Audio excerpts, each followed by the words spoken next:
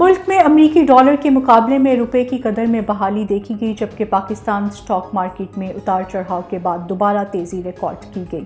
Inter bank میں dollar 24 پیسے سستا ہو گیا۔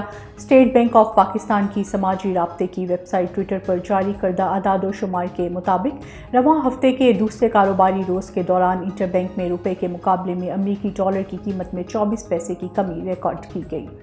پاک چین دوستی کی زندہ مثال سی پیک ترقی کے ان منصوبوں پر کام سست روی کا شکار ہے۔ اب چین پاکستان کے ساتھ سی پیک منصوبوں پر عملی تعاون کو تیز کرنے کے لیے تیار ہے۔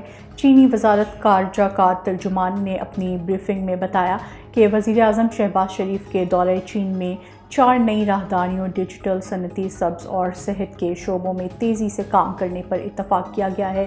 ترجمان نے کہا کہ چین نے صوبہ بلوچستان کو سولر پینل عطیہ کیے ہیں، جبکہ گوادر گرین پروجیکٹ کے علاوہ دونوں ملکوں نے کورونا کے خلاف مؤثر تعاون کیا ہے۔ سی پیک پاکستان اور چین کے تعاون کا اہم منصوبہ ہے۔ وزیر اعلیٰ پنجاب چودھری پرویز الہی نے کہا ہے کہ عالمی bank Punjab green development project کے لیے $200 ملین کا آسان قرضہ دے گا۔ وزیر اعلیٰ پنجاب چودھری پرویز الہی کا کہنا تھا کہ پنجاب کی 10 اضلاع میں ایئر اور واٹر کوالٹی مانیٹرنگ سسٹم لگانے کا فیصلہ کیا گیا ہے۔ لاہور، شیخوپورہ، ملتان، ڈی جی خان، راولپنڈی، گجرانوالہ، بہاری اور دیگر شہروں میں مانیٹرنگ سسٹم نصب ہوں گے۔ پنجاب میں گرین فائنینسنگ اسٹریٹجی تشکیل دی جا رہی ہے۔ گرین فائنینسنگ کے تحت $50 ملین کا انوائرمنٹ انڈورمنٹ فنڈ قائم کیا جائے گا۔